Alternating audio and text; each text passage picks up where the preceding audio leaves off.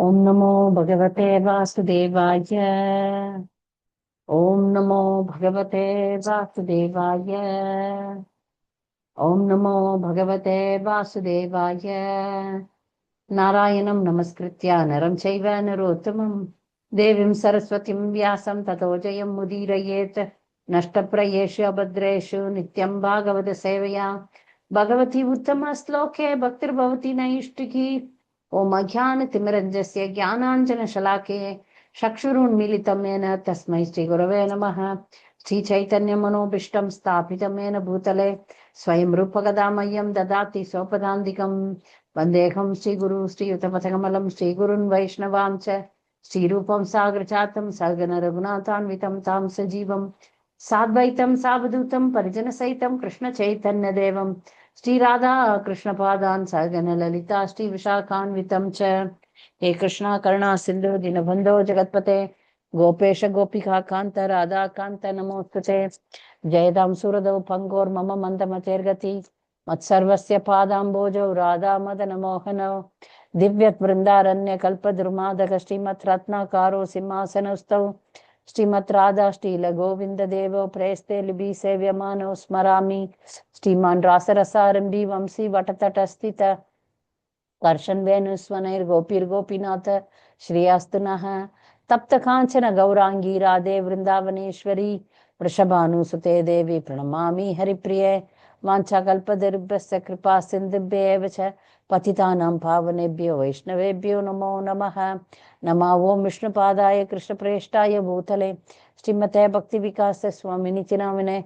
नमः ओं विष्णुपादाय कृष्णप्रेष्ठाय भूतले श्रीमते भक्तिवेदांत स्वामिनिति नामिने। नमस्ते सारस्वते देवे गौरवाणी प्रचारिणे निर्विशेष शून्यवादी पाश्चात्य देशतारिणे। श्री कृष्ण चैतन्य प्रभु नित्यानंद श्री अद्वैत गदाधर शिवासादि गौरभक्त वृंद। हरे कृष्ण कृष्ण कृष्ण हरे हरे हरे राम राम राम हरे हरे। भागवत प्रार्थனை.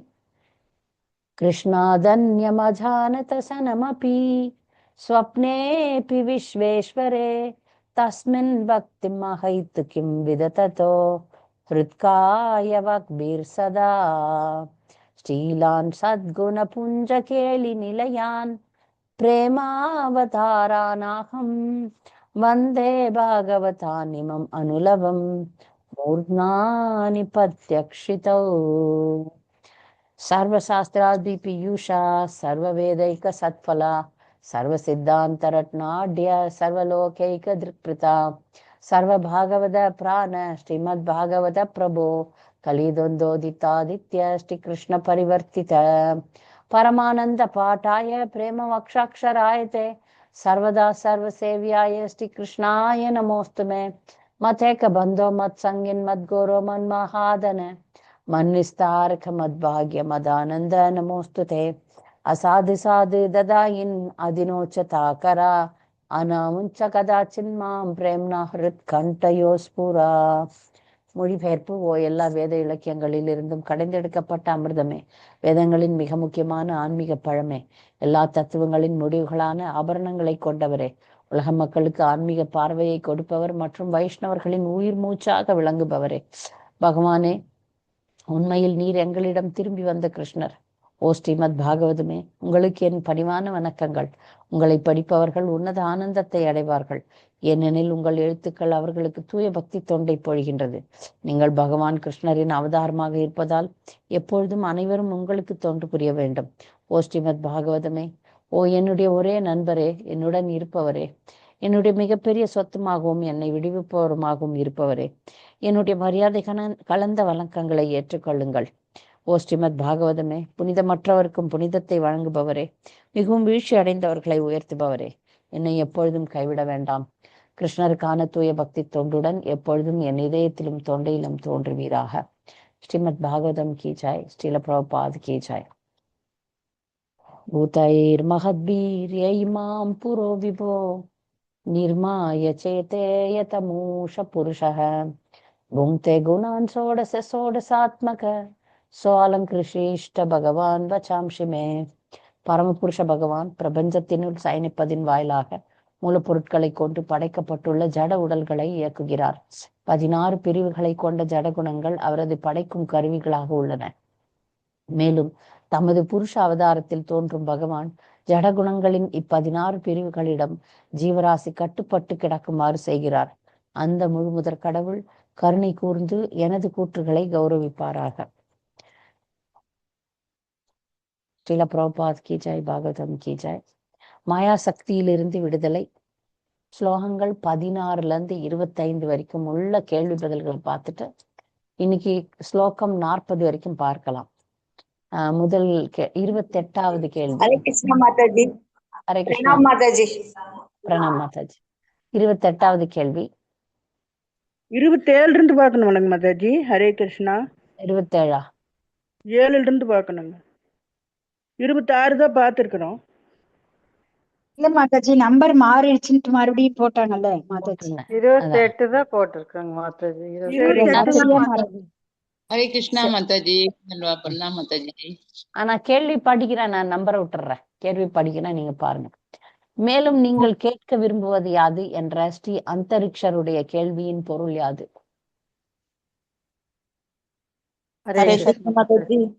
சொல்லுங்க. பகவானின் மாயா சக்தியிடம் தனக்கு இருந்த பயத்தை பற்றி நவயோகேந்திரர்களிடம் வெளிப்படுத்திய நிமி மகராஜன் மாயையை பற்றி தெளிவாக விளக்கும்படி வேண்டிக் கொண்டார். இதனால் மாயையின் பிடியிலிருந்து அவரால் தப்ப இயலும். மாயா சக்தியை பற்றி விவரித்து ஸ்ரீ அந்தரீஷர் அரசர் இப்பொழுது மாயையின் ஆதிக்கத்திலிருந்து முழுமையாக விடுபடுவதற்கான வழிமுறைகளை பற்றி கேட்க வேண்டும் என்று ஆலோசனை கூறுகிறார். ஸ்ரீதரன் சுவாமி மேலும் நீர் கேட்க விரும்புவது என்ன என்பதுவே ஸ்ரீ அந்தரீஷருடைய கேள்வியின் பொருளாகும். பொருள் என்னன்னா, இப்ப மாயை பத்தி எப்படி மாயையினுடைய ஆதிக்கத்துல இருந்து மாயை பத்தி கேட்கறதுன்னா மாயையை அறிந்து கொள்வது எதுக்கு, அதுல இருந்து எப்படி தப்பிக்கிறதுன்றதுக்காக. அடுத்து 29வது கேள்வி. மகத்தத்துவத்தினுள் வெளிப்படும் உணர்வுக்கு அதிதேவதை யார்? சொல்லுங்க. மகத்தத்துவத்தின் வெளிப்படும் உணர்வுக்கு பரமபுருஷ வாசுதேவர் தான் அதிதேவதை ஆவார். நன்றி, சரியா சொன்னீங்க. அவ்வளவுதான். மனம் எதிலிருந்து தோன்றுகிறது? மனம் எதிலிருந்து தோன்றுகிறது? ஹரே கிருஷ்ண மாதாஜி. சத்வ குண பொய் அகங்காரத்திலிருந்து 11வது புலனாகிய மனம் தோன்றுகிறது. ஹரே கிருஷ்ண மாதாஜி. Very good, very good. ரஜோகுண பொய் அகங்காரத்திலிருந்து தோன்றும் புலன் யாது? அதன் அதிதேவதை யார்? விஜயகுமாரி மாதாஜி. ரஜோகுண பொய் அகங்காரத்திலிருந்து தைஜஸ், அதாவது புத்தி வருகிறது. அதன் அதிதேவதை பிரதிமினர் ஆவார். Very good Mataji. தமோகுண பொய் அகங்காரத்திலிருந்து தோன்றுவது யாது? அதன் அதிதேவதை யார்? நான் சொல்றேன் மாதாஜி. சொல்லுங்க. தமோ குணம் பொய் அகங்காரத்திலிருந்து சூட்சமமான ஒளி வடிவம் தோன்றுகிறது. அதன் அதிதேவதை சங்கர்ஷனர் ஆவார். Very good, very good. 33வது கேள்வி. மாயா சக்தியின் படைத்தல், காத்தல் மற்றும் அழித்தல் ஆகியவற்றின் வர்ணங்கள் யாவை? ஜெயசுபத்ரா மாதாஜி. படைத்தல், காத்தல், அழித்தல் முறையே சிவப்பு, வெள்ளை, கருப்பு நிறம் மாதாஜி. Correct, correct. நன்றி மாதாஜி. ஸ்தூல திய என்ற சொல் எதை குறிக்கிறது? ஸ்தூல திய. சாந்தாமணி மாதாஜி. ஹரே கிருஷ்ண மாதாஜி. 34வது கொஸ்டின். ஆமா ஆமா. ஸ்தூல திய எதனால் ஆத்மா கூடு விட்டு கூடு பாய்கிறது? அந்த சூட்சமான இயற்கை சட்டங்களை ஆய்ந்தறிய முடியாதவர்களே ஸ்தூல திய என்னும் சொல் குறிப்பிடுவதாக ஸ்ரீதர் சுவாமி குறிப்பிடுகிறார். பகவான் பக்தி தொண்டில் ஈடுபட்டு இனியொன்னு இருக்குதல், அது சொல்லுங்களா? சொல்லுங்க சொல்லுங்க. பகவான் பக்தி தொண்டில் ஈடுபட்டு பரமபதம் அடைவதற்கு தாங்களை தயார் செய்து கொள்வதற்கு பதிலாக பௌதிக புலனோருக்குரிய பகட்டான சமய சடங்குகளை செய்யும் பேரளவையான புண்ணியவான்களையும் ஸ்தூல ஸ்திதி என்று குறிப்பிடுகிறது. சரியா சொன்னீங்க. வெரி குட் மாதாஜி, நல்லா சொன்னீங்க. அடுத்த கேள்வி. நிமி மகாராஜர் யாருக்காக இந்த கேள்வியை கேட்டார்? நிமி மாதாஜி. ஹரே கிருஷ்ணா. மணிமேகலை. மாயை ஒருவனை மேன்மேலும் சிக்க வைக்கும் கருமங்களில் பற்று கொண்டிருந்தும் தங்களை மிகவும் கற்றவர்களாக பொய்யாக கருதுபவர்களின் நன்மைக்காகவே அரசர் அந்த கேள்வியை கேட்டார். நன்றி, சரியா சொன்னீங்க. அபூர்ண என்று யார் அழைக்கப்படுகின்றான்? ஹரே கிருஷ்ண மாதாஜி. தன் அன்பை கிருஷ்ணனிடம் திருப்பும் கலையை அறியாதவன், ஒன்றும் இல்லாதவன் அபூர்ணா எனப்படுகிறான் மாதாஜி. சரியா சொன்னீங்க, நன்றி. பௌதிக சுகத்தை பெறும் நோக்கத்தில் செய்யப்படும் பெரும் முயற்சிகளின் பலன் யாது? நவமணி மாதாஜி. தங்களுடைய மகிழ்ச்சியின்மையை போக்கி மகிழ்ச்சியை எல்லையற்றவாறு பெருக்கிக் கொள்ள இடைவிடாமலும் பெரும் முயற்சியை மேற்கொள்கின்றனர். ஆனால் அதற்கு நேர் எதிரான பலன்களையே அவர்கள் அடைவதை ஒருவன் கவனிக்க வேண்டும். அதாவது தவிர்க்க முடியாதபடி அவர்களுடைய மகிழ்ச்சி மறைந்து போய் அவர்களுடைய வயது அதிகரிக்க அதிகரிக்க பௌதீக அசௌகரியமும் அதிகரிக்கிறது. ஏன்னா இந்த பௌதிக உலகத்துல நம்ம வந்து நமக்கு சுகம் கிடைக்கும்னு எது பின்னாடி எல்லாம் ஓடுறோமோ அது வந்து எதிர்வினையை தான் தரும். இது வந்து நம்ம நல்லா யோசனை பண்ணிக்கணும். நன்றி, நல்லா சொன்னீங்க. 38வது கேள்வி. சொர்க்க லோகங்களிலும் நிலையான மகிழ்ச்சி இல்லை, விளக்குக. சந்தினி ஸ்வரூபா மாதாஜி. சந்தினி ஸ்வரூபா மாதாஜி பதில் சொல்றீங்களா? நான் சொல்லிட்டேன் மாதாஜி. சொல்லுங்க யசோதா மாதாஜி. உண்மையான ஆனந்தத்தை அடைவதில் உறுதி கொண்டுள்ளவன் உண்மையான அதான மாதாஜி. சொர்க்கலோகங்கள்ல கூட மகிழ்ச்சி இல்லை, அது சொல்லணும். ஏன் சொர்க்கத்துல மகிழ்ச்சி இல்லை? நீங்களே சொந்த வார்த்தையில கூட சொல்லாமே, சொர்க்கலோகத்துல ஏன் மகிழ்ச்சி இல்லை? இதுக்கு புக்கு தேவையே இல்லை. ரிப்புஹரா மாலினி மாதாஜி சொல்லுங்க. ஹரே கிருஷ்ண மாதாஜி. வேத கிரிகை எங்கெங்க எல்லாம் செஞ்சு அவங்க சொர்க்கலோகத்துக்கு போறாங்க, அங்கேயும் போய் உண்மையான மகிழ்ச்சி கிடைக்காது. ஏன்னா புண்ணிய கர்மங்கள் முடிஞ்சோன்னா அந்த சொர்க்க வாழ்வும் முடிஞ்சிருது. அவங்க சொர்க்கவாசிகள் வந்து அவங்க வந்து அந்த பயத்தினாலேயே அவங்க சொர்க்க வாழ்வு முடிஞ்சிட போகுது அப்படிங்கிற பயத்திலேயே இருக்கிறாங்க. அதனால அவங்க வந்து சாதாரண பிரஜைகளா கூட பொறாமையாக பார்க்கப்படுறாங்க சொர்க்கலோகத்துல வசிக்கிறாங்கன்ட்டு. ஆனா வந்து சதா தொந்தரவு செய்யப்படுவதால் உண்மையான மகிழ்ச்சி அவங்களுக்கு கிடைக்கிறதே இல்லை. சதா தொந்தரவு எங்க இருந்து கிடைக்குதுன்னா வேற இந்த அசுரர்கள்லாம் சொர்க்கத்துல வந்து அசுரர்கள்லாம் வந்து சொர்க்கத்துக்கு வரணும்ட்டு போட்டி பொறாம இருக்கும். சாதாரண மக்கள்லாம் பொறாமப்படுவாங்க. அசுரர்கள் மாதிரி ஆளுங்கள்லாம் எப்பவுமே சண்டை. ஒரு நாட்டுல மன்னன் இருந்தான்னா அவன் அப்படிதான். மன்னன் வந்து சாதாரண பிரஜையெல்லாம் மன்னனை பார்த்து வாயை பொழக்குங்க, இப்படி இருக்கிறானே இப்படி இருக்கிறானேன்ட்டு. அது பொறாமையில முடியுது. ஆனால் எதிரி நாட்டு மன்னவன்லாம் எப்பப்பாரு சண்டை போடுவான். அதனால நிம்மதியே இருக்காது. சொர்க்க வாழ்க்கையில நிம்மதி கிடையாது. வசதிகள்லாம் கண்டிப்பா உண்டு. சொர்க்கத்துல பயங்கரமான வசதிகள் உண்டு. இந்த கஷ்டங்களே கிடையாது, நோய் கிடையாது, முதுமை கிடையாது, குழந்தை பிறப்புல இருக்கிற கஷ்டங்கள் கிடையாது. ஆனா அங்கு மரணம் உண்டு, துன்பம் உண்டு. துன்பம் எப்படின்னா இந்த மாதிரி துன்பங்கள். மரணம் எப்படின்னா அப்படி க்ஷணத்துல வந்துடும். நோய் இருக்காது.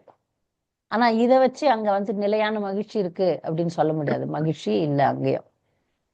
அடுத்த கேள்வி. ஒருவர் உலகாய இன்ப துன்பங்களில் என்ன செய்ய வேண்டும்? ஹேமலதா மாதாஜி. ஹரே கிருஷ்ணா. மைக் ஆன் பண்ணீங்கன்னா நீங்க கேள்விக்கு பதில் சொல்றதுக்கு தயாருன்னு நினைச்சு உங்க பேரை கூப்பிட்டுடுவேன். அதனால அதனால மைக் ஆன் பண்ணாதீங்க. சொல்லுங்க. 11வது காண்டம் 1வது பாகம் 20வது ஸ்லோகங்களாங்க மாதாஜி. அதை பார்த்து சொல்லணுங்களா மாதாஜி? ஆமா, மொழிபெயர்ப்பு பார்த்து சொல்லணுங்களா மாதாஜி இந்த கொஸ்டினுக்கு? நீங்க நீங்க வந்து கேள்விக்கு முதல்ல தயார் பண்ணிருந்தீங்கன்னா தான் இப்ப நான் கேட்கும் போது டக்குன்னு பதில் சொல்ல முடியும். நான் வந்து ஒரு நோட்டு போட்டு என்ன பாத்தீங்கன்னா ஒரு அதுக்குன்ட்டு ஒரு தனி நோட்டு போட்டு. ஏன்னா பாகவதம்ல எப்பவுமே எழுதக்கூடாதுங்க. பாகவதம்ல எழுதவே கூடாது, குறிக்க கூடாது. நம்ம வந்து ஒரு நோட்டு தனியா போட்டு பாருங்க. நானே குழந்தைங்க மாதிரி ஸ்கூல் பாடம் மாதிரி எழுதுறேன். கேள்வி எழுதிட்டு பதில் எழுதிடுவேன். முதல்ல நான் ப்ரிப்பேர் பண்ணி அதை நான் அந்த கேள்வி பதில் நல்லா தயார் பண்ணிட்டு தான் உங்களுக்கு பாடமா நடத்துறேன். இப்போ இன்னைக்கு பாடம் நான் வந்து படிச்சுட்டு கேள்வியெல்லாம் எழுதி பதிலும் எழுதி வச்சிருக்கேன்.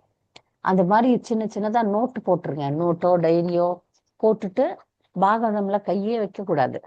நான் பாடம் நடத்திடுவேன். அடுத்த வாரம் போயிட்டு அந்த கேள்விகள் வாட்ஸ்அப்ல அனுப்புவேன்.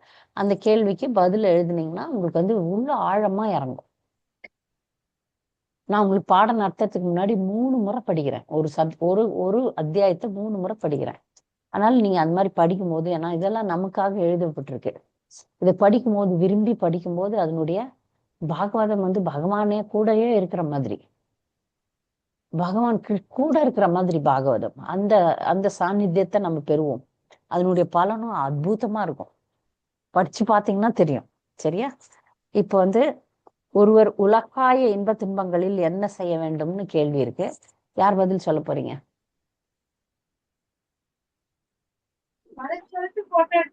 மாதாஜி நான் சொல்லுவா மாதாஜி. சொல்லுங்க சந்திராதேவி மாதாஜி. சொல்றேன். சூட்சுமான கர்ம விதிகளுக்கேற்ப ஜீவராசி இன்பத்தையும் துன்பத்தையும் அடைகின்றான். ஒருவன் எவ்வளவுதான் முயன்றாலும் அவனால் வலுக்கட்டாயம் இன்பத்தை அடையவே முடியாது. எனவே கலங்கப்படாத அறிவுரை உடையவர்கள் கிருஷ்ணரின் தாமரை பாதங்களில் சரணடைந்து நிலையான பௌதிக மகிழ்ச்சியை அடையும் முயற்சியை கைவிட வேண்டும். பாருங்க, இதுக்கு வந்து உதாரணமா என்ன சொல்லலாம்னா, இப்ப வந்து நம்ம இந்த உலகத்துல துன்பம் வருதுன்னா ரொம்ப கஷ்டப்படக்கூடாது, இன்பம் வருதுன்னு ரொம்ப எகிரி எகிரி குதிக்கவும் கூடாது. துன்பத்தை கண்டு வருந்தக்கூடாது, இன்பத்தை கண்டு ரொம்ப ஓவரா சந்தோஷமா இருக்கிற மாதிரி பண்ணக்கூடாது. ரெண்டுத்துலயும் சமமான நிலையை நம்ம வைக்கணும். அதனால இன்பத்தை நோக்கி நோக்கி நோக்கி ஓடுறத கொஞ்சம் பார்த்துட்டு நாம நிறுத்தணும். இன்பத்தையே நோக்கி ஓடுறதை நிறுத்திட்டு பகவானுடைய திருவடி தாமரைகள்ல சரணடையணும். அடுத்த கேள்வி 40வது கேள்வி. உண்மையான ஆன்மீக குருவிற்கான 2 முக்கிய அடையாளங்கள் யாவை? துளசி மாராணி சொல்லுங்க. சாஸ்திர முறைகள் வந்து பூர்ணமா தெரிஞ்சிருக்க வேண்டும். 2வது வந்து மற்றவர்களையும் அந்த முடிவு கொண்ட அளவுக்கு திறமையா இருக்க வேண்டும். மாதாஜி பௌதிக விட்டு விட்டு பகவான் சரணடை வேணும். இந்த மாதிரி 2 வார்த்தை சொல்லி தராங்க அதுல. நிஷ்ணாதம் உப்பச்ச மாஷரயம். அதாவது நிஷ்ணாதம்னா சிறந்த வேத வல்லுனரா இருக்கணும், பகவானை நடைமுறையில புரிஞ்சுக்கணவரா இருக்கணும். கடவுளை வந்து ஏட்டளவுல நாமெல்லாம் புரிஞ்சிருக்கிறோம், ஏட்டளவுல நடைமுறையில புரிந்து கொண்டவராக இருக்க வேண்டும். அவங்கதான் ஆன்மீக குருவா ஆக முடியும். அடுத்தது வந்து பௌதிக நட்பு, அன்பு, சமுதாயம் முதலான மாயையிலிருந்து முற்றிலும் விலகி இருப்பவர், பற்றற்றவராக இருக்கணும். மேத ஞானம் இருக்கணும், பற்றற்று இருக்க வேண்டும். இந்த 2 விஷயம் ஒரு ஆன்மீக குருவுக்கு கம்பல்சரியா வேணும். ஆன்மீக குருக்கு நிறைய பற்று இருந்ததுன்னு வச்சுங்க, அவர் குருவாக தகுதியே இல்லை. அவருக்கு வேத ஞானமே இல்லை, சாஸ்திர ஞானம் இல்லைன்னா அவரும் குருவாக முடியாது. இந்த ஒருத்தர் குருவாக முடியுமா, அவர் குரு தகுதி இருக்குதான்றத ஒரு சிஷ்யன் சோதிச்சு பார்த்து தீட்சை எடுக்கிறதுக்கு சிஷ்யனுக்கு உரிமை உண்டு. இத நம்ம வந்து ஒரு தகுதி வாய்ந்த குரு கிட்ட நம்ம சரணடையணும்ன்ற உரிமை சிஷ்யனுக்கு உண்டு. அதையும் புரிஞ்சுக்கணும். அடுத்த கேள்வி. ஆன்மீக குரு ஆவதற்கு தகுதி யாருக்கு உள்ளது, யாருக்கு இல்லை தகுதி?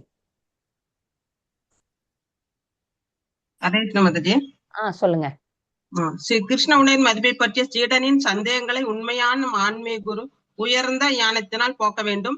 கிருஷ்ணரின் அல்லது வேத ஞானத்தின் அதிகாரத்தை சந்தேகிப்பவன் ஆன்மீக குருவாகும் தகுதியற்றவன் ஆவான். ஆனால் கிருஷ்ண விஞ்ஞானத்தை பற்றி அறிந்துள்ளவன் எந்த சமூகத்தை அந்தஸ்தை சேர்ந்தவனாக இருந்தாலும் அவன் ஒரு ஆன்மீக குருவாக ஆகலாம். வெரி குட் மாதாஜி, சரியா சொன்னீங்க. சீடர்களுடைய சந்தேகத்தை உயர்ந்த ஞானத்தினால போக்க வேண்டும். அந்த ஞானம் இருக்கணும், அது வந்து தகுதி. அவர் வந்து எந்த ஜாதியை சேர்ந்தவராலும் இருக்கலாம். குருன்றவர் வந்து வெறும் பிராமண ஜாதி தான், உயர்ந்த குடியில தான் பிறக்கணும்ட்டு இல்லை. தன்னுடைய நடத்தையினால தூய்மையாக இருந்தோம்னா போதும். அவங்களுடைய நடத்தை தான் முக்கியமே தவிர அவங்க எந்த குலத்துல பிறக்குறாங்க, எந்த ஜாதியில பிறக்குறாங்கன்றது முக்கியமே கிடையாது. தகுதி இல்லை அப்படின்றதுக்கு வந்து வேத ஞானத்தின் அதிகாரத்தை சந்தேகிப்பவன்,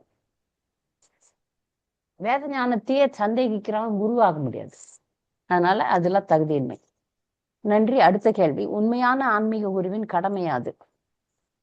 சீடனை கிருஷ்ணருடன் தொடர்பு கொள்ள செய்வதே உண்மையான ஆன்மீக குருவின் கடமையாகும். ஒருத்தனை கிருஷ்ண பக்தனை ஆக்கலன்னா அவன் குருவா இருந்து ஒரு பிரயோஜனமும் கிடையாது. அடுத்த கேள்வி. ராஜவித்யா வரையறுக்கவும். ராஜவித்யா. ஹரே கிருஷ்ணா மாதாஜி. சொல்லுங்க மாதாஜி. கிருஷ்ணருடைய தொடர்பு கொண்டிராத ஒரு பண்டிதனால் அவனது தியானியால் மற்றொரு ஜீவராசியை பகவானுடன் தொடர்பு சொல்ல செய்ய முடியாது. கிருஷ்ணரின் வார்த்தை ஞானத்தை கடைசி வார்த்தையாகும். பரமம் வசக. மேலும் கிருஷ்ணர் யத் ஞாத்வான் நோ பூஹயா அன்யத் ஞாதத்வம் அவசிஷ்யதே என்று கூறுகிறார். அதாவது இந்த ஞானத்தை அறிந்து கொண்ட பின் இதற்கு மேலும் நீ அறியக்கூடியது எதுவும் இல்லை. கிருஷ்ணரும் இந்த ஞானத்தை அறிவின் அரசன் ராஜவித்யா என்று குறிப்பிடுகிறார். ராஜவித்யான்றது வந்து பரமம் வச்ச கிருஷ்ணர் சொல்றதுதான் ராஜவித்யா. அவர் சொல்றதுதான் மிக உயர்ந்த உண்மை. அதுக்கு மேல ஒரு உண்மையே இல்லை. கிருஷ்ணர் என்ன சொல்றாரோ அதுதான் மிக உயர்ந்த உண்மை. அதுக்கு மேல வித்யானா கல்வி, அதுக்கு மேல அறியறதுக்கு ஒண்ணுமே இல்லை. அதான் ராஜவித்யா, இருக்கிற கல்வியிலே சிறந்தது. நன்றி. அடுத்த கேள்வி. ஸ்ரீ கிருஷ்ணர் பாகவதத்தில் குருவை பற்றி என்ன கூறுகிறார்? இது ரொம்ப முக்கியமான ஸ்லோகம். ஆச்சார்யம் விஜானியான் நாவமன்யதே கர்ஹிஸ்தித் ந மர்த்ய புத்யாசூயேத சர்வ தேவமயோ குருஹு. நானே ஆச்சாரியராக இருக்கிறேன் என்பதை அறிந்த அவரை எவ்விதத்திலும் ஒருவன் அவமதிக்க கூடாது. அவர் அனைத்து தேவர்களின் பிரதிநிதி என்பதால் அவரை ஒரு சாதாரண மனிதராக கருதி அவரிடம் பகைமை கொள்ளக்கூடாது. சரியா ஸ்ரீல சொன்னீங்க, விஸ்வநாத நன்றி. சக்கரவர்த்தி அவ்வளவுதான். அது சொல்லணும் பாபுஜி. ஒரு இல்ல இந்த சீடன் ஸ்லோ தனது தன்மான முயற்சியில் சொல்லு. படிப்படியாக நம்பிக்கை இழந்து பெண்கள், பணம் மற்றும் பெயரளவேயான புலமை முதலியவைகளால் மீண்டும் கவரப்படுவான் மாதாஜி. குருவை பத்தி கிருஷ்ணர் என்ன சொல்றாருன்னா இந்த ஸ்லோகம் தான் பாகவதத்துல. இது எல்லாருக்கும் ஞாபகம் வரணும், இது மனப்பாடம் பண்ணாலும் சரி. இது அந்த தீட்சைக்கு கேள்வியில கேட்பாங்க. இது 11வது காண்டம் 17வது அத்தியாயத்துல வருது. 17:37 இந்த ஸ்லோகம் பின்னாடி வர்றது இங்கே நம்ம படிக்கணும். ஆனா இது ரொம்ப முக்கியமான ஸ்லோகம். அடுத்த கேள்வி, உண்மையான குருவின் அடையாளங்கள் பற்றி உபதேசாமிர்தம் மேற்கோள் காட்டி கூறவும். ஹரே கிருஷ்ண மாதாஜி. சொல்லுங்க. உண்மையான ஆன்மீக குருவின் அடையாளங்கள் உபதேசாமிர்தம் என்ற நூலில் பின்வருமாறு கொடுக்கப்பட்டுள்ளது. வாசோவேகம் மனச குரோத வேகம் திக்வா வேகம் முதரோபஸ்திய வேகம் ஏதான் வேகான் யோ விஷயவேத தீரக சர்வாம் அபிமாம் பிருதிவீம் ச சிஷ்யாத். பேச வேண்டும் என்ற தூண்டுதலையும் மனதின் தேவைகளையும் கோபச் செயல்களையும் மற்றும் நாக்கு, வயிறு, பாலுறுப்புகள் ஆகியவற்றின் தூண்டுதல்களையும் பொறுத்து கொள்ளக்கூடிய நிதான புத்தியுள்ள ஒருவர் உலகம் முழுவதிலும் சீடர்களை ஏற்கும் தகுதியுள்ளவர் ஆவார். உண்மையான ஆன்மீக குரு சாதாரண கோபம், பேராசை மற்றும் காமத்திற்கு கட்டுப்பட்டவராக இருக்க முடியாது. ஹரே கிருஷ்ணா. சரியா சொன்னீங்க, நன்றி. இப்ப ஆன்மீக குருவை பெற்ற பிறகும் ஒருவன் ஏன் முன்னேறுவதில்லை? உண்மையான ஆன்மீக குருவை பெற்ற பிறகும் ஒருவன் ஏன் முன்னேறுவதில்லை? ஹரே கிருஷ்ணா. சொல்லுங்க மாதாஜி. ஒருவன் உண்மையான மிகவும் தகுதி வாய்ந்த ஒரு குருவை ஏற்கும் பாக்கியத்தை பெற்றிருந்த போதிலும் பலன் கருவும் செயல்கள் அல்லது மனோதத்துவம் கற்பனையில் அவனுக்கு சுவை இருக்குமானால் அவனது முன்னேற்றம் தடைப்பட்டுவிடும். பலன் தரும் செயல்னா என்னது மாதாஜி?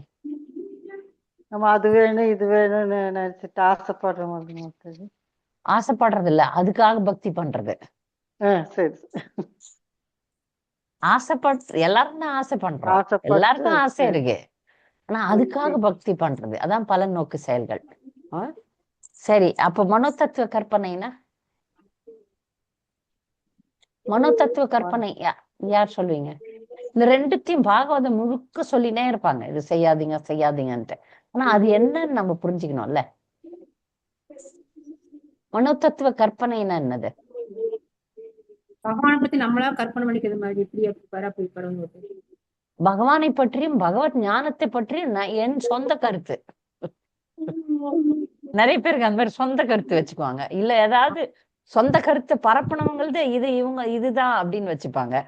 அதெல்லாம் மனோதத்துவ கற்பனை. சாஸ்திரம் அங்கீகரிக்கப்படாத விஷயங்களை இதுதான் கரெக்ட் அப்படின்னு நிறைய இடத்துல இருக்கு. நிறைய மக்கள் அந்த மாதிரி ஒரு தவறான புரிதல் வச்சிருக்காங்க. அதுதான் அடிக்கடி பிரபுபாதர் ஆங்கிலத்துல ஸ்பெகுலேட்டிவ் நாலேஜ்னு சொல்லுவார். மனோதத்துவ கற்பனை அப்படின்னு ஸ்பெகுலேட்டிவ் நாலேஜ். கற்பனை பண்ணிக்கிறது, அவங்கள தத்துவத்தை கற்பனை பண்றது. இது ரெண்டு இருந்ததுன்னா பக்தியில முன்னேற முடியாது. நான் நிறைய பார்த்திருக்கேன். ஒரு தீட்சை வாங்கிட்டதுக்கு அப்புறம் என்ன பண்ணுவாங்க, அவங்க விருப்பத்துக்கு வேற ஒரு பாதையில போவாங்க. தீட்சை வாங்கி முடிச்சதுக்கு அப்புறம் அவங்க வேற ஒண்ணுத்தை பிடிச்சிப்பாங்க. ஒண்ணு வாஸ்து பிடிச்சிப்பாங்க, இல்ல இது வாஸ்து எல்லாம் வேத சாஸ்திரமாக இருந்தாலும் வேத சாஸ்திரம் தான். வாஸ்து, ஜோதிடம் இதெல்லாம் வேத சாஸ்திரம் தான். ஆனா அவங்க அதுல ஒரு கற்பனைவாதத்தை வச்சுப்பாங்க.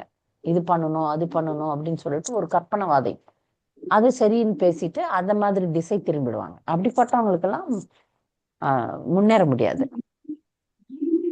அடுத்த கேள்வி, பகவான் தூய பக்தனுக்கு தன்னையே கொடுப்பார், உதாரணம் மூலம் விளக்குக.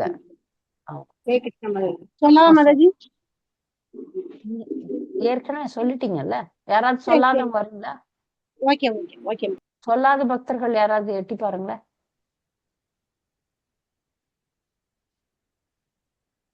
சொல்லுங்க மாதாஜி. சந்திரா தேவி. தூய பக்தனிடம் தன்னையே கொடுத்து விடுவது பகவானின் சுபாவம். பகவான் வாமதேவரின் மகிழ்ச்சிக்காக தனது பிரபஞ்ச ராஜ்யத்தையே தியாகம் செய்த பலிமகராஜனின் தன்னலமற்ற சரணாகதினால் மிகவும் மகிழ்ந்த பகவான் வாமனதேவர் பிரபஞ்சத்தில் ஒரு பெருந்தலைவராக மீண்டும் பழைய பதவியில் அவரை வைத்ததோடு அவரது அரண்மனையின் ஒரு வாயில் காப்போனாகவும் ஆனார். ஹரே கிருஷ்ண மாதாஜி. ஹரே கிருஷ்ணன். பகவான் வந்து தன் பக்தனுக்கு தண்ணியை கொடுப்பாரு. பக்தன் பகவானுக்கு தண்ணியை கொடுக்குற மாதிரி பகவானும் தண்ணியை கொடுத்துருவாரு. மொத்த ராஜ்யத்தை இழந்து பலி மகாராஜனை வந்து இந்திர பதவியில இருந்து எடுத்துடுறாங்க. ஏன்னா முழு உலகத்தையும் கைப்பற்றுறான் பலி. ஆனா அது இந்திரன் ஆசைப்பட்டதுனால பகவான் அதுக்கு ஒப்பான ஒரு சுத்தல லோகத்துல சுத்தல ராஜ்யத்துக்கு மன்னன் ஆக்கிட்டு அங்க வந்து அவரு காவலாளியா நிக்கிறாரு பகவான். அதனால பக்தனுக்கு தண்ணியே கொடுப்பார் அப்படின்றதுக்கு உதாரணம். எப்படி அர்ஜுனனுக்கு தேர் ஓட்டினாரு அந்த மாதிரி. அடுத்த கேள்வி, ஆன்மீக குருவே சீடனின் உயிருக்கு ஆதாரம் விளக்குக. சொல்லுங்க சொல்லுங்க மாதாஜி. உண்மையான ஒரு ஆன்மீக குருவிடம் தீட்சை பெறும் பொழுது உண்மையான வாழ்வு தொடங்குவது என்பதால் அந்த ஆன்மீக குருவை ஒருவன் தனது உயிராக கருத வேண்டும். கனவில் ஒருவன் பல அற்புதமான அல்லது முக்கியமான நிகழ்ச்சிகளை அனுபவிக்க கூடும். இருப்பினும் அவன் விழித்தெழும் பொழுதுதான் அவன் உண்மையான வாழ்வு துவங்குகிறது. அது போலவே ஆன்மீக வாழ்வு கொடுப்பதன் மூலம் குருவானவர் சீடனுக்கு புதிய பிறப்பை கொடுப்பதால் உண்மையான ஒரு சீடன் தனது ஆன்மீக குருவே தன் உயிராக ஆதாரம் என்பதை புரிந்து கொள்கிறான். ஹரே கிருஷ்ண மாதாஜி. சரியா சொன்னீங்க, நன்றி. நீங்க ஃபர்ஸ்ட் முறை பதில் சொல்றீங்களா? ஆமாங்க மாதாஜி, இன்னைக்குதான் ட்ரை பண்றேங்க மாதாஜி. சரி சரி. இவங்க ஹேமலதா தானே? ஹேமா சங்கரி மாதாஜி, கோயம்புத்தூர் ஹேமா சங்கரி மாதாஜி. அதான் வேற சீதலகேஸ்வரி மாதாஜியோட.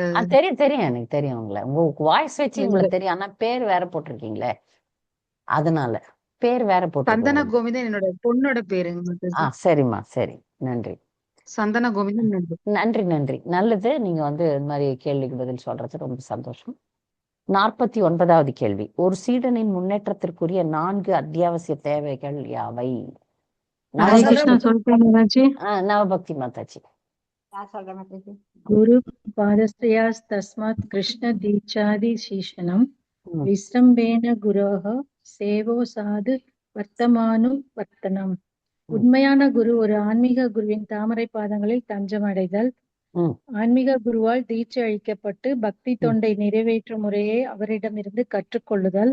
பயபக்தியோடு ஆன்மீக குருவின் கட்டளையை பின்பற்றுதல் மற்றும் ஆன்மீக குருவின் வழிகாட்டலின் கீழ் சிறந்த ஆச்சாரியார்களின் அடிச்சூடுகளை பின்பற்றுதல். 4 விஷயங்களை சொல்லியிருக்காங்க, எல்லாரும் கவனத்துல வைக்கணும். முதல் வந்து குருவை சரணடைதல். குரு பாதாசரயஸ் அப்படின்னா குருவை சரணடையணும். 2வது கிருஷ்ண தீக்ஷாதி சிக்ஷனம், தீட்சை வாங்கிட்டு சிக்ஷையும் பெறணும், அறிவுரையும் கேட்டுக்கணும். 2. 3வது விஸ்ரம்பேனா பணிவா. விஸ்ரம்பேன குரோனா குருக்களுக்கு சேவை செய்யணும். குரோ சேவா, விஸ்ரம்பேன குரோ சேவா, அந்த குருவுக்கு பணிவோட சேவை பண்ணணும். 4வது விஷயம் என்னன்னா சாது வர்த்தனம். சாதுக்கள்னா ஆச்சாரியர்கள் இருக்கிறாங்க பாருங்க. இப்ப ஸ்ரீதர சுவாமி படிக்கிறோம், ராமானுஜாச்சாரியார் படிக்கிறோம், பிரபுபாதர் நம்ம ஆச்சாரியன், மத்வாச்சாரியார், இப்படி ஆச்சாரியர்கள் வைஷ்ணவ குரு பரம்பரையில வரக்கூடிய ஆச்சாரியர்கள், பக்தி வினோத் தாக்கூர், பக்தி சித்தாந்த சரஸ்வதி தாக்கூர், நம்முடைய ஆச்சாரியர்களுடைய வழி நடக்க வேண்டும். அவங்க எல்லாம் சாதுக்கள். வர்த்தனம் அப்படின்னா அவங்க சொல்றத நம்ம கேட்கணும், அவங்க பின்பற்ற வேண்டும், அவர்களை பின்பற்ற வேண்டும். நன்றி. அடுத்த கேள்வி, கவலை, மாயை, பயம் ஆகியவற்றிலிருந்து எவ்வாறு விடுபடலாம்? சுதா மாதாஜி. சுதா. யஸ்யாம் வ ஸ்வரூய மானாயாம் கிருஷ்ண பரம புருஷே பக்தி உத்பத்யதே பும்சஹ சோக மோக பயாபகா.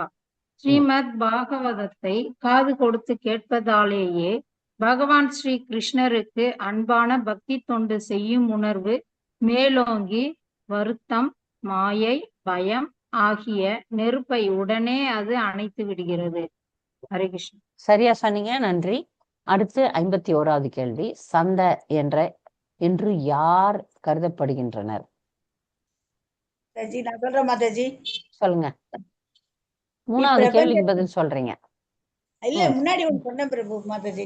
இப்பிரபஞ்சத்தில் தேவர்களாகவோ சிறந்த ரிஷிகளாகவோ அல்லது புண்ணியமுள்ள மனிதர்களாகவோ பிறப்பவர்கள் அனைவரும் புனிதமானவர்கள் சந்த என்று கருதப்படுகின்றனர். சரியா சொன்னீங்க, நன்றி. தேவர்கள், தூய பக்தர்கள், யோகிகள் இவர்களில் யார் மாயையின் ஆதிக்கத்திற்கு அப்பாற்பட்டவர்? பகவத்கீதை மூலம் விளக்குக. மாதாஜி நான் சொல்றேன் மாதாஜி. பக்தி யோகேன வேதே குணான் மாதாஜி அது கிடையாது மாதாஜி. மாதாஜி இல்ல மாதாஜி அது இல்ல 18:40 18:40 நா தத் அஸ்தி பிருத்திவியாம் வா திவி தேவேஷு வா புனக சப்தம் பிரகிருதி செயல்முக்தம் யத்யேபி ஸ்யாத் திரிபிர் குணை. இங்கோ அல்லது உயர் கிரகங்களில் வாழும் தேவர்களுக்கிடையிலோ ஜடையிற்கின் முக்குணங்களிலிருந்து விடுபட்டவர்கள் ஒருவரும் இல்லை. இவ்விதமாக தேவர்கள் கூட இயற்கை குணங்களின் களங்கத்துக்கு விதிவிலக்கல்ல. ஆனால் ஒரு தூய பக்தனோ உண்மையாகவே மாயின் ஆதிக்கத்துக்கு அப்பாற்பட்டவன் ஆகிறான். ஹரே கிருஷ்ணா. நன்றி, சரியா சொன்னீங்க. 3 வகையான பக்தர்களுக்கு எப்படி மரியாதை செலுத்த வேண்டும் என்று உபதேசாமிர்தம் கூறுகிறது. ஹரே கிருஷ்ண மாதாஜி. சொல்லுங்க மாதாஜி. முதல் 3 வகையான பக்தர்கள் கனிஷ்ட அதிகாரி, மத்தியம அதிகாரி, உத்தம அதிகாரி. உங்களுக்கு கனிஷ்ட அதிகாரிக்கு மனசால் அவர் புனித நாமங்களை உச்சரிப்பாரு. அவரை மனசால கௌரவிக்கணும். 2வது மத்தியம அதிகாரி விக்கிர வழிபாட்டுல ஈடுபட்டிருக்காரு. அவருக்கு ஒருத்தர் பணிவான வணக்கங்களை சமர்ப்பிக்கணும். 3வது உத்தம அதிகாரி, அவருக்கு உண்மையாக சேவை செய்யணும். அவரோட நெருங்கி பழகி அவருக்கு உண்மையாக சேவை செய்யணும். கனிஷ்டாதிகாரி, மத்தியம அதிகாரி, கனிஷ்டாதிகாரி எல்லாருக்குமே மனசால மரியாதை கொடுக்கணும். மரியாதை செய்யணும். கொஞ்சம் நல்ல உயர்ந்த நிலையில இருக்கக்கூடிய பக்தர்களுக்கு விழுந்து வணங்க வேண்டும். இன்னும் மிகப்பெரிய பக்தர்களாக இருப்பின் எல்லாருக்குமே சேவை செய்யணும். இவங்க தாழ்ந்த பக்தர், இவங்க உயர்ந்த பக்தர் சேவை செய்யாம விடக்கூடாது. வாய்ப்பு கிடைச்சா அனைத்து பக்தர்களுக்கும் சேவை செய்ய வேண்டும். மிகவும் உயர்ந்த நிலையில இருக்கக்கூடிய பக்தர்களுக்கு கண்டிப்பாக சேவை செய்ய வேண்டும். அடுத்த கேள்வி, தமோ துவாரம் யோஷிதாம் சங்கி சங்கம் பொருள் கூறுக.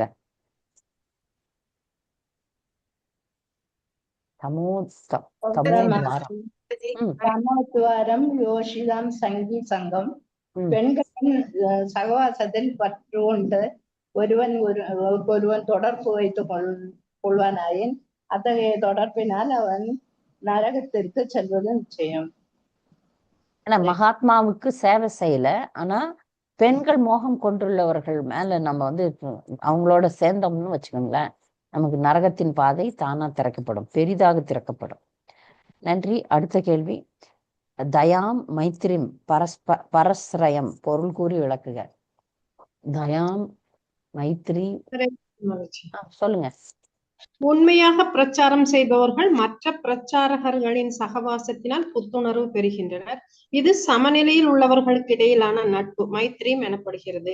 ஆன்மீக குரு முதலான ஆன்மீக அதிகாரிகளின் தாமரை பாதங்களில் அடக்கமாக தொண்டு புரிவதன் மூலமாக பிரஸ்ரயம். இத்தகைய பிரச்சாரங்களை செய்வதற்கான சக்தியும் கிருஷ்ணரின் செய்தியை பரப்புவதற்கான சரியான வழிகாட்டலும் வருகின்றன. மாதாஜி, தயாம் அப்படின்னா அவங்க பிரச்சாரம் செய்யறது தான் தயைன்னு சொல்றாங்க. தயைனா தயை தான். தயை எப்ப பண்ணுவோம்? மற்றவர்களும் நம்மள மாதிரி வரணும் அப்படின்ற கருணை வைக்கிறது பேர் தயை. மைத்திரினா நமக்கு சமமான பக்தர்களோட நட்பு வைத்துக் கொள்றது, அது மைத்திரி, நட்புன்னு அர்த்தம். பரஸ்ரயம்ன்றது சேவை செய்யணும். உயர்ந்த பக்தர்களுக்கு, மூத்த பக்தர்களுக்கு கண்டிப்பாக சேவை செய்ய வேண்டும். நன்றி. அடுத்த கேள்வி, பிற ஜீவராசிகளிடம் கருணை காட்டும் செயல் எப்படிப்பட்டதாக இருக்க வேண்டும்? எப்படிப்பட்டதாக இருக்க வேண்டும்? ஜெயசுபத்ரா மாதாஜி. 56வது கேள்வி. 56 ஆமா. பிற ஜீவராசிகளிடம் கருணை காட்டும் செயல் எப்படிப்பட்டதாக இருக்க வேண்டும்? தூய்மையானது. அதை எழுதல மாதாஜி, நான் சும்மா சொல்றேன். தூய்மையான பக்தி, தூய்மையா இருக்க வேண்டும் மாதாஜி. அது நடிப்பாக இருக்கக்கூடாது. எல்லா ஜீவராசிகளிடமும் கருணை காட்ட வேண்டும். மற்ற ஜீவராசி, இது முக்கியமா எதுக்கு சொன்னாங்கன்னா, மற்ற ஜீவராசிகள் கிட்ட கருணை காட்டுறன்னு மனிதர்களுக்கு மட்டும் பிரச்சாரம் பண்ணிட்டு மிருகங்களை கொன்று சாப்பிடுறத சொல்றாங்க. சில பேர்லாம் என்ன சொல்றாங்க, கருணைனா மனிதர்களுக்கு மட்டும்தான், மிருகங்கள்லாம் நீங்க பாத்தீங்கன்னா மற்ற மதங்கள் மற்ற இடங்கள் எல்லாம் பாத்தீங்கன்னா மிருகங்களை அடிச்சு சாப்பிடுறது நமக்காக தான் படைக்கப்பட்டிருக்கு, நம்ம அடிச்சு சாப்பிடலாம்னு சொல்றாங்க. அது தப்பு. கருணை அப்படின்னாலே எல்லா ஜீவராசிகளையும் நம்ம கருணை காட்டணும். அவங்கள அடிச்சு சாப்பிட்டுட்டு நான் மனிதர்களுக்கு சேவை பண்றேன்றது தப்பு. அதுதான் இங்க சொல்லப்பட்டிருக்கு. அடுத்த கேள்வி, புறம் மற்றும் அகம். தாவரங்கள் மாதாஜி, அப்ப தாவரங்களும் உயிரினங்கள் தானே மாதாஜி? இல்ல, நமக்குன்ட்டு வந்து சில விஷயங்கள் வந்து பரிந்துரைக்கப்பட்டிருக்கு. நம்முடைய வாழ்வாதாரத்தை நாம் வந்து வச்சுக்கிறதுக்காக சில விஷயங்கள், அது கூட வந்து நம்ம வந்து அப்படியே சாப்பிட முடியாது. அதையும் வந்து நீங்க நைவேத்தியம் பண்ணாம பகவானுக்கு நைவேத்தியம் பண்ணாம நீங்க சாப்பிட்டீங்கன்னா அதுலயும் பாவத்துல தான் விழுவீங்க.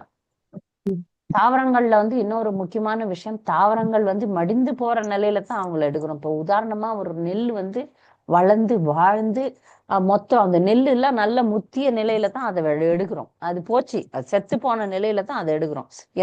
பாருங்க, மாமரம் இருக்கு, மாமரத்தையே வெட்டுறது இல்லை, அது பழத்தை மட்டும்தான் எடுக்கிறோம். பொதுவா நம்ம எந்த ஜீவராசிகளுக்கும் துன்பம் கொடுக்காத மாதிரி தான் வாழ்வியலே நமக்கு அமைக்கப்பட்டிருக்கு. முடிஞ்ச பட்சத்துலதான் எந்த ஒரு இதுவும் பாருங்க, கீரை கூட பாருங்க, அது முடிஞ்சிச்சு, அதை எடுத்துட்டோம்னா அது வாழ்க்கை முடியும். முடியும் போதுதான் நம்ம எடுக்கிறோம். அதுங்க வாழ்ந்து கொண்டிருக்கும் போது வெட்டுறது இல்லை. வயசான மாட்டு வயசான ஆட்டெல்லாம் சொல்றோம். இப்போ வந்து நம்ம வந்து இப்போ ஒரு உதாரணத்துக்கு வாழ்ந்து இப்போ முருங்கை மரம் இருக்குன்னு வச்சுங்களேன், நல்ல பூவோட காயோட இருக்கும்போது அதை நம்ம வெட்டுறது இல்லை. பூ காய் இலை எடுக்கிறோம், திருப்பி இருக்கும், அது வாழும். ஜீவராசிகளை தாவரங்களை பொறுத்த வரைக்கும் நாம அதுங்களையும் வந்து கண்டமேனிக்கு வெட்டுறது கிடையாது. நீங்க பாத்துருக்கலாம், என்னுடைய தாயெல்லாம் வந்து எங்க அம்மா எல்லாம் வந்து நல்ல பச்சை பச்சைன்னு இருக்கிற மரங்கள் எல்லாம் வெட்ட விட மாட்டாங்க. அதுவே தானா மடியும். இப்ப வாழை மரம் இருக்கு பாருங்க, கொலை திறந்ததுக்கு அப்புறம் அது வாழ்க்கை முடிஞ்சு போயிடும். அப்பதான் அதை எடுப்பாங்க, அது அடுத்தது வந்துடும், அடுத்த செடி, அடுத்த வாழை செடி வந்துடும். அதனால தாவரங்களை பொறுத்த வரைக்கும் அவங்க உயிரை நம்ம பறிக்கிறது இல்லை. அப்படியே நம்ம தாவரங்களை உணவுகளா எடுக்கும் போது ஆஃபர் பண்ணிட்டு தான், நைவேத்தியம் பண்ணிட்டு தான் சாப்பிடணும், இல்லைனாலும் பாவம் வரும். சரியா?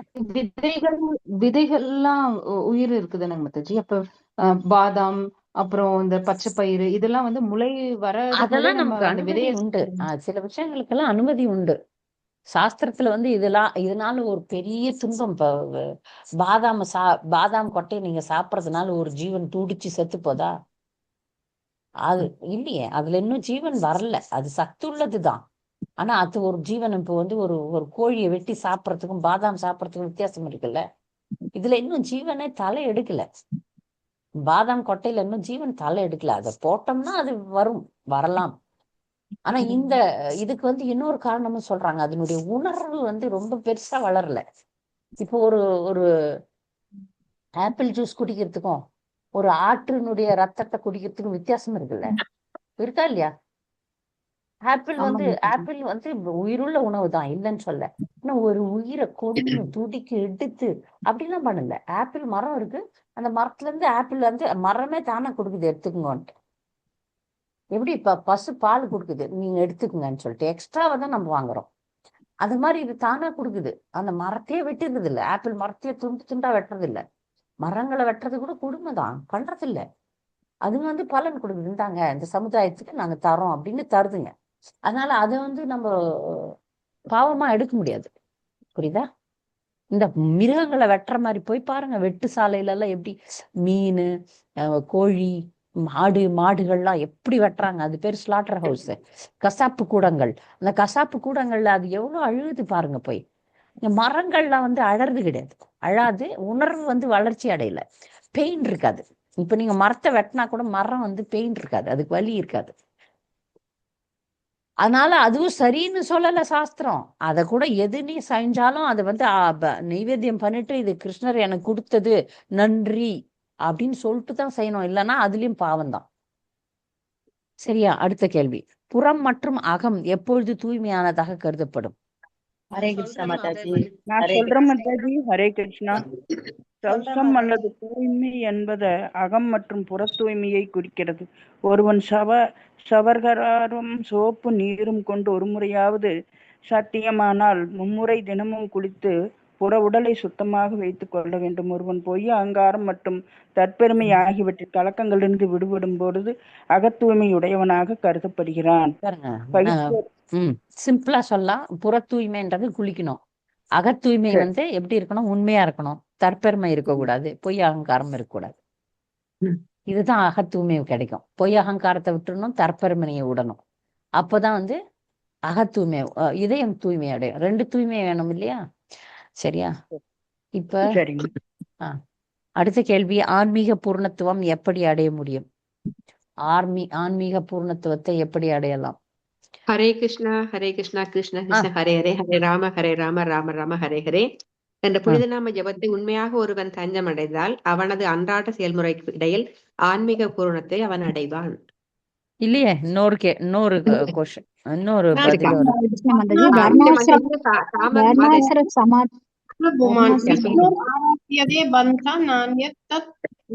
காரணம். ஒவ்வொரு மனிதனும் தனக்கு நியமிக்கப்பட்ட செயலின் பலன்களை பரமபுருஷராகிய பகவான் விஷ்ணுவிற்கு அர்ப்பணம் செய்வதன் மூலம் ஆன்மீக பூரணத்துவம் அடைய முடியும். விஷ்ணு புராணம் மேற்கோள் காட்டி தான், அது கரெக்ட் தான். ஹரே கிருஷ்ண மகாமந்திரம் இங்க வந்து விஷ்ணு புராணம் மேற்கோள் காட்ட சொல்லியிருந்தேன். நன்றி, சரியா சொன்னீங்க. அடுத்த கேள்வி, காமம் மற்றும் கோபத்தின் விளைவு யாது? காலிந்தி ஆனந்தமாயி மாதாஜி, கனிமொழி மாதாஜி தீட்சை பெற்று விட்டார்கள். இனிமேல் அவங்க வந்து காலிந்தி ஆனந்தமாயி மாதாஜி பதில் சொல்லுங்க. ஹரே கிருஷ்ணா மாதாஜி, தண்டவத் பிரணாம் மாதாஜி. ஒரு மனிதன் காமம், கோபம், பேராசை அதோட உந்துதலை எல்லாம் கட்டுப்படுத்தலைன்னா தனது உண்மையான நிலையை புரிஞ்சிக்க முடியாத தன்மை அடைஞ்சிருவான். தன்னோட உண்மையான நிலை என்ன, அதாவது செல்ஃப் ரியலைசேஷன் அடைய முடியாது. ஜட உடல் தொடர்பான செயல்களில் ஈடுபட்டுருவோம். காம குரோதத்தை நம்ம அடக்கலன்னா நான் யாரு, கடவுள் யாருன்ற ஞானத்துக்கெல்லாம் வரவே முடியாது. உண்மையான நிலையை அறிய முடியாது. அது மறைச்சிரும். சூரியனை பார்க்க முடியாம மேகம் மறைக்கிற மாதிரி அவனுடைய ஞானத்தை வந்து இதெல்லாம் மறைச்சிரும். நன்றி. அடுத்த கேள்வி, தப்ப என்ற சொல் எதை குறிக்கிறது? ஹரே கிருஷ்ண மாதாஜி,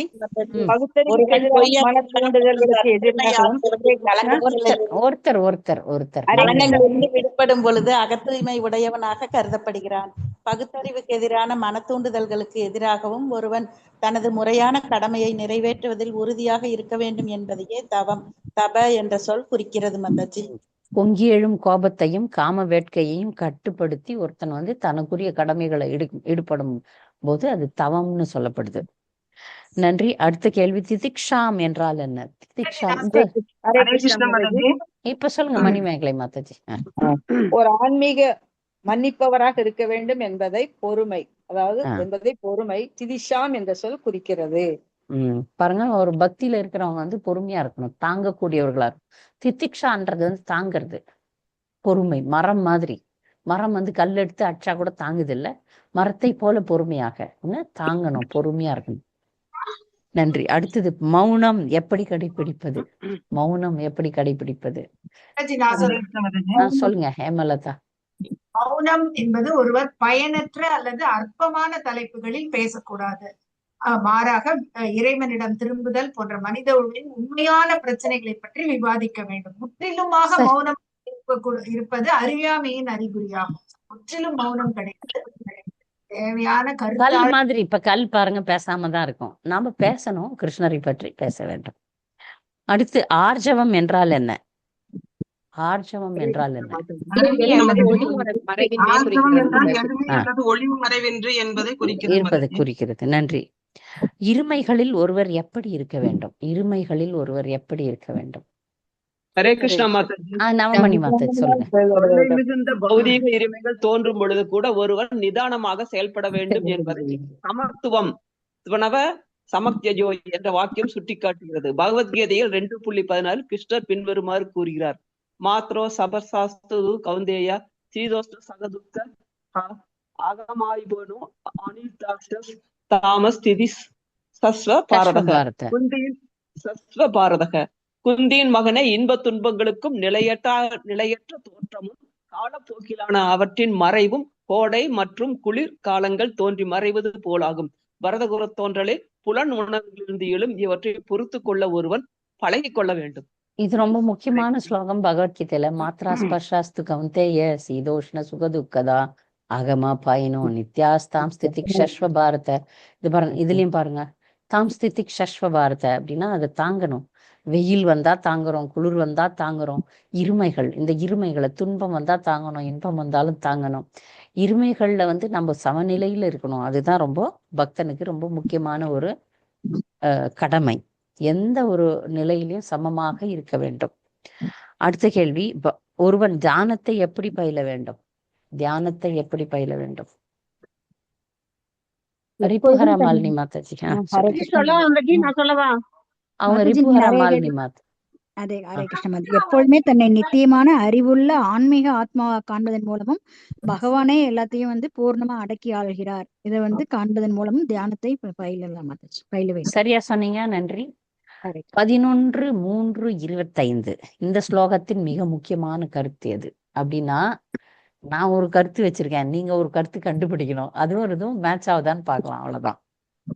மரணம் எனும் கடும் சோதனையோ ஒருவன் தன் மனதை பரந்த நிலை நிறுத்துவாங்க தன் வாழ்வை அமைத்துக் கொள்ள வேண்டும். சரி மாதாஜி, நானும் அதான் எழுதியிருக்கிறேன். மரணம் என்னும் கடும் சோதனையின் போது ஒருவன் தன் மனதை பரபிரம்மனில் நிலை நிறுத்தும் வகையில் தன் தன் வாழ்க்கையை வாழ்வை அமைத்துக் அமைத்துக் கொள்ள வேண்டும். சரியா சொன்னீங்க, வெரி குட். அந்த வைராக்கியம் மாதிரி மாதாஜி. வைராக்கியம் இல்ல மாதாஜி, மரண நேரத்துல கிருஷ்ணரை அந்தே நாராயண ஸ்மிருதி அப்படின்னா வாழ்க்கை முழுக்க அந்தே நாராயண ஸ்மிருதி வேணும். பரீட்சையில கடைசியில பாஸ் பண்ணோம்னா வருஷம் முழுக்க அந்த குழந்தை படிக்கணும். அதுக்கு அப்பதான் யுக்த வைராக்கியம் வேணும்ல மாதாஜி, அது பண்றதுக்கு வைராக்கியம் வேணும். பக்தி பக்தி பக்தி ஒரு முக்கியமான குறிக்கோள். அது கூட வைராக்கியம் வரும். வாழ்க்கையை நீங்க எப்படி அமைக்க வேண்டும்னு இருக்குது. நீங்க உங்க வாழ்நாள் முழுக்கமும் பக்தியும் வைராக்கியமும் சேர்ந்த வாழ்க்கையை நடத்தணும். புரியுதா? வெறும் வைராக்கியம் மட்டும் இருந்துட்டா குரங்கு கூட வைராக்கியம் இருக்கு மாதாஜி. குரங்கு வெஜிடேரியன், குரங்கு வெஜிடேரியன். வெறும் வைராக்கியம் வச்சு கிருஷ்ணர் கிட்ட போக முடியாது. இப்ப இவரு கூட இருக்கிறாங்க, ஜெயின்ஸ் கூட வைராகியர்கள் தான். அவங்க இதை சாப்பிடறதில்ல அது சாப்பிடறதில்ல, அவங்க எல்லாம் கிருஷ்ணர் கிட்ட போக முடியுமாங்க? வைராகியம் பக்தர்களுக்கு வேண்டிய ஒரு பற்றின்மை. வைராகியம்னா என்னது? பற்றின்மை. பற்றின்மை வேணும். பௌதிக விஷயங்கள்ல பற்றின்மை வேண்டும். அது ஒண்ணுதான், ஒரு விஷயம், ஒரு ஆஸ்பெக்ட். நமக்கு முக்கியமா வேண்டியது பக்தி. எல்லா சூழ்நிலைகளிலும் கிருஷ்ணரை நினைக்கிற பழக்கப்படுத்திட்டோம்னு வச்சுங்க, சாவர நேரத்துல ரொம்ப துன்பங்கள் வரும். 1000 தேள் கொட்டுற மாதிரி இருக்குமா, அந்த துன்பத்திலையும் கிருஷ்ணா அப்படின்னு நம்ம வாய் சொல்லணும். அதுக்குதான் பழக்கம் பண்றோம். எந்த சூழ்நிலையிலையும் நம்ம கிருஷ்ணருடைய நினைவு நமக்கு வரணும். அதை மாதிரி பண்ணிட்டோம்னா அதான் வாழ்க்கையில வெற்றி பெறத்துக்கு முடியும். இல்லைன்னா கஷ்டம். இந்த கேள்விகள்ல யாருக்காவது ஏதாவது? மாதாஜி, நான் இதுக்கு மிகவும் அவசிய தேவை இருப்பது பகவத்கீதையின் செய்தியை மனித சமுதாயம் முழுவதிலும் பரப்புவது. அதுதான் இந்த பிரச்சாரம் செய்வது. அதுதான் இந்த ஸ்லோகத்தோட பிரச்சாரம். எதுக்கு மாதாஜி? கிருஷ்ணரை திருப்திப்படுத்துறதுக்கு தானே பிரச்சாரம் பண்றோம். கிருஷ்ணரை திருப்திப்படுறது அது அதெல்லாம் ஒரு விஷயமா. நீங்க உங்களை தயார்படுத்துறது முக்கியம். பிரச்சாரம்ன்றது பக்தியில ஒரு பகுதி. ஜீவதோயா, நாமருச்சி, வைஷ்ணவ சேவா, மூணுத்தையும் முழுக்க செய்யணும். நீங்க சொல்றது ஒரு ஆஸ்பெக்ட், ஒரு பாயிண்ட். வைராகியம் ஒரு பாயிண்ட். முழுசா நீங்க உங்களை தயார் பண்ணணும்ன்றது அந்த ஸ்லோகத்தினுடைய கருத்து. முழுசா உங்க வாழ்க்கைய நீங்க எப்படி தயார் பண்ணணும்னா கடைசியில அந்தே நாராயண ஸ்மிருதி வேணும். அவ்வளவுதான். நீங்க என்னன்னா பண்ணிக்கோங்க, எதனா பண்ணுங்க, கடைசியில நான் பரீட்சையில பாஸ் பண்ணணும். பரீட்சை உங்களுக்கு அதான், நீங்க நினைக்கிறீங்களா இல்லையான்றதுதான் பரீட்சை. அதுல தெரிஞ்சிடும் நீங்க பக்தரா இல்லையான்ட்டு, பக்தி பண்ணுமா இல்லையான்றதும் தெரிஞ்சிடும். சரியா? ஓகே, அடுத்த படத்துக்கு போலாமா? ஏதாவது கேள்விகள் இருக்கா? எஸ் மாதாஜி. 16 ஸ்லோகம் இல்ல மாதாஜி, 16வது ஸ்லோகம் மாதாஜி. கேளுங்க. காற்றில் ஓசை மற்றும் ஸ்பரிசம் ஆகிய குணங்கள் இருக்கின்றன. நெருப்பில் ஓசை, ஸ்பரிசம், ரூபம் மற்றும் சுவை ஆகிய குணங்கள் இருக்கின்றன.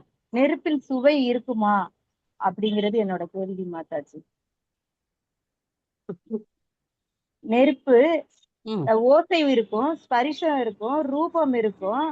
ஆனா அதுல சுவை எப்படி இருக்கும்? சுவை வராது. வரும், இருக்கு மாதாஜி. ஏன்னா நீருக்கு மேற்பட்டது தானே நெருப்பு. எஸ் மாதாஜி. காற்றுக்கு அடுத்து நெக்ஸ்டா நெருப்பு வருது. அது எப்படி அதுல ஃபர்ஸ்ட் ஆகாயம், ரெண்டாவது ஆகாயம், அடுத்து காற்று மாதாஜி, அப்புறம் மூணாவது நெருப்பு இல்லையா? நெருப்பு, மூணாவது நெருப்பு. சுவைன்றது நீர்ல இருக்கும், நெருப்புல இருக்காது. இங்க இருக்கு லாஸ்ட் லைன்ல, அதுக்கு முன்னாடி உள்ள லைன்ல இருக்கு மாதாஜி. ஓசை, ஸ்பரிசம், ரூபம் மற்றும் சுவை ஆகிய. சுவை நெருப்பு நீரோட நின்னுடும் மாதாஜி. நீருக்கான தன்மைதான் சுவை. நெருப்பு வரைக்கும் வராது. பாருங்க, படிப்படியா குணங்கள் ஆட் ஆயிட்டே வரும். இப்ப ஆகாயத்துல வெறும் சப்தம் தான், சரியா? ஆகாயத்துல ஒரு சப்தம் தான். ரெண்டாவது காற்று, காற்றுக்கு என்ன வரும்? ஸ்பரிசம் வரும். மூணாவது நெருப்பு, நெருப்புக்கு என்ன வரும்? இதெல்லாம் சேரும், சப்தம் சேரும். நெருப்புல பாருங்க, சப்தம் சேரும், ஸ்பரிசம் சேரும், கூடவே உருவம் சேரும். நெருப்புல ரூபம் வரும், சரியா? நெருப்புக்கு அப்புறம் தான் நீர் வருது, நீர்ல சுவை சேர்ந்துரும். அப்போ நீர்ல இருந்து நீர் போய் நெருப்புல ஒடுங்கும் போது அந்த சுவை மைனஸ் ஆயிடும். நெருப்புல சுவை கிடையாது. அப்புறம் மண்ணாக இருக்கக்கூடிய மண்ணுல வந்து சேர்ந்தீங்கன்னா வாசனை வந்துடும். மண்ணு தான் எல்லாத்தையும் வச்சிருக்கு. ஓசை, உருவம், சுவை, வாசனை எல்லாமே சேர்ந்தது. நறுமணம் எல்லாமே எல்லாம் சேர்ந்தது மண்ணு. அது அடுத்தது மண்ணு வந்து நீர் ஆகும்போது வாசனை குறைஞ்சிரும். நீர் வந்து நெருப்பாகும் போது சுவை குறைஞ்சிரும். நெருப்பு ஒன்னொன்னா குறையுது பாருங்க, ஒன்னொன்னா சேர்ந்தது ஒன்னொன்னா குறையும். அப்படியே போய் மெர்ஜ் ஆகும், போய் எல்லாம் அடங்கும். ஒரு குணங்களை இழந்து இழந்து இழந்து போய் அடங்கிடும். புரியுதா? எஸ் மாதாஜி. அப்ப இந்த 184வது பக்கத்துல இந்த சுவை இதுல வராது, அப்படித்தானே மாதாஜி? வராது வராது வராது. 184வது பக்கத்துல லாஸ்ட் லைன் பாக்குறேன், இருங்க. 85. ஓகே, இங்க 85 மாதாஜி. நீரில் ஓசை, ஸ்பரிசம், ரூபம் மற்றும் சுவை ஆகிய குணங்கள் உள்ளன. புரியுதா? கரெக்டா தானே எழுதிருக்காங்க. காற்றில் ஓசை, நெருப்பில், நான் நெருப்பில் கேக்குறேன் மாதாஜி. நெருப்பில் ஓசை, ஸ்பரிசம், ரூபம் மற்றும் சுவை. இல்ல, அது உங்க புக்ல பிரிண்டிங் மிஸ்டேக்கா இருக்கும். இங்க நீரில் தான் போட்டிருக்கு மாதாஜி. இல்ல மாதாஜி, அதுக்கு மேல இருக்கு மாதாஜி நெருப்பண்டு. அதுக்கு மேல நெருப்பில் ஓசை, ஸ்பரிசம், ரூபம், சுவை. அது தப்பு மாதாஜி, தப்பு. தப்பா இருக்கலாம். நான் இங்கிலீஷ்ல பார்த்துட்டு உங்களுக்கு கரெக்ஷன் சொல்றேன். நெருப்பில் ஓசை, ஸ்பரிசம், ரூபம் மற்றும் சுவை என்றுதான் போட்டிருக்கு. ஆனா சுவை வராது. அது சுவை வராது மாதாஜி. இங்க பாருங்க, நீரில் இருக்கு பாருங்க, நீரிலும் அதே போட்டிருக்காங்க. நீரில் ஓசை, ஸ்பரிசம், ரூபம், சுவை ஆகிய குணங்கள் இருக்கிறது. நீருக்கு கரெக்ட். இதுல நறுமணம் வராது. நீர்ல நறுமணம் வராது. அப்புறம் இது பூமி வரும்போது தான், மண் வரும்போது தான் நறுமணம் ஆட் ஆகும். அப்ப அதுல நீங்க மைனஸ் பண்ணிடுங்க. அது தப்பு, டிரான்ஸ்லேஷன் தப்பு. பயங்கரமா படிக்கிறீங்க காலிந்தி ஆனந்தமாய் மாதாஜி. அதை மைனஸ் பண்ணிடுங்க. எல்லாரும் அதை மைனஸ் பண்ணிடுங்க. இப்ப இந்த கருத்து புரியுதா? அவங்க கேட்ட கேள்வி புரியுதா எல்லாருக்கும்? எல்லாரும் பதில் சொல்லுங்க. புரியுதா அவங்க கேட்ட கேள்வி? யாராவது வேற யாராவது சொல்லுங்க. புரியுதுங்க மாதாஜி. புரியுதா சாந்தாமணி மாதாஜி? புரியுதுங்க மாதாஜி. ஆனா ஆகாயத்தில் ஓசை, ஸ்பரிசம், ரூபம், சுவை, நறுமணம் போட்டுருக்கு மாதாஜி. இல்ல, ஆகாயத்துல அதெல்லாம் இருக்கு. அது மண்ணுன்னு மாத்திக்கோணும் மாதாஜி. அது தப்பா இருக்கு மாதாஜி. அந்த இடத்துல மேலும் அது தப்பா இருக்கு. அது மாத்திருங்க, மாத்திடலாம். ஆகாயத்தில் ஓசை, ஸ்பரிசம், ரூபம், சுவை மற்றும் நறுமணம் ஆகிய குணங்கள் இருக்காது. அது தப்புதான், போய் ஒடுங்க மாதாஜி. இது வந்து ஆகாயத்தில்ன்றதை விட நீங்க அது மண்ணுன்னு போட்டுங்க. மண்ணுல அது நிலம். ஆகாயத்தில் போடாதீங்க, நிலம். அது நான் அது ஏற்கனவே புரிஞ்ச விஷயம்ன்றதுனால நான் அதை இப்படி இந்த இதுல மிஸ்டேக் இருக்குதுன்றதே கண்டுபிடிக்கல. இது வந்து மண்ணுல தான் இருக்கு. மண்ணுல தான் எல்லாமே இருக்கு. ஆகாயத்துல ஓசை மட்டும்தான் இருக்கும். நல்லா புரிஞ்சுக்குங்க. ஆகாயம் வந்து ஆரம்பிக்கும் போது, உலகம் ஆரம்பிக்கும் போது ஓசையில தான் ஆரம்பிச்சது. ஆகாயத்தில் ஓசை என்ற குணம் இருக்கின்றது, அப்படித்தானே வந்திருக்கு தனியா. ஆமா. அப்ப இது கடைசியில அது மண்ணு போடணும், நீர்னு போடணும். அது நீர்னு மாத்திங்க எல்லாரும். நீர் இல்ல, மண்ணுன்னு மாத்துங்க. சாரி, மண்ணில். அது மண்ணு மாத்தோனியா? மண்ணில் மாத்துருங்க. நெருப்புல வந்து சுவை அடிச்சிடுங்க. நெருப்புல சுவை அடிச்சிடுங்க, சரியா? அது கடைசியில மேலும் மேலும் மண்ணில் ஓசை, ஸ்பரிசம், ரூபம், சுவை மற்றும் நறுமணம். இது மண்ணுக்கு வரணும், சரியா? இப்ப புரிஞ்சுச்சா? இவங்க டிரான்ஸ்லேஷன் தப்பு விட்டுருக்குறாங்க. புரியுதா? இப்ப எல்லாருக்கும் புரியுதா? இப்ப வந்து உலகத்துல வந்து முதல்ல ஓசை தான் ஆரம்பிச்சது, சப்தம். அந்த ஓசை வந்து ஆகாயத்துக்குரியது. அப்புறம் ஆகாயத்துல இருந்து காற்று வருது. காற்றோட சேர்ந்து என்ன வருது? தொடு உணர்ச்சி வருது, ஸ்பரிசம். சப்தம் அப்புறம் ஸ்பரிசம் வருது காற்றுல. காற்று நம்ம பார்க்க முடியாது, சரியா? காற்றுல இருந்து நெருப்பு வருது. நெருப்பு நம்ம பார்க்க முடியும். தொட முடியும், உணர முடியும், பார்க்க முடியும். அடுத்து இன்னொரு குணம் என்னது? சப்தம். 3 விஷயம் நெருப்புல வந்துருச்சு. உருவ காட்சி தான், அதை பார்க்க முடியும், உருவத்தை பார்க்க முடியும், ஸ்பரிசம் பண்ண முடியும், அதை வந்து சத்தம் கேட்க முடியும். 3 விஷயங்கள் வந்து நெருப்புல சேருது. நீர்ல வந்து சுவை ஆடாயிடும். இந்த 3 குணங்களோட சேர்ந்து சுவை. நம்ம நீரை தொட முடியும், நீரினுடைய சத்தம் நமக்கு கேட்கும், நீரை வந்து நம்ம வந்து பார்க்க முடியும், நீர்ல சுவை இருக்கு. 3 சேர்ந்துட்டுதான். நீருக்கு அப்புறம் நிலமாகும் போது, மண்ணாகும் போது அதுல வாசனையும் சேர்ந்துடும். இது திரும்பி ஒடுங்கும் போது ஒன்னொன்னா இழந்து போய் ஒடுங்கும் ஆகாயத்துல. அதான் அழிவு. சரியா? சரி மாதாஜி. இப்ப அடுத்த கேள்வி யாருக்காவது ஏதாவது கேள்விகள் இருக்கா? சரி, நம்ம அடுத்த பாடத்துக்கு போலாம். ஹரே கிருஷ்ணன்.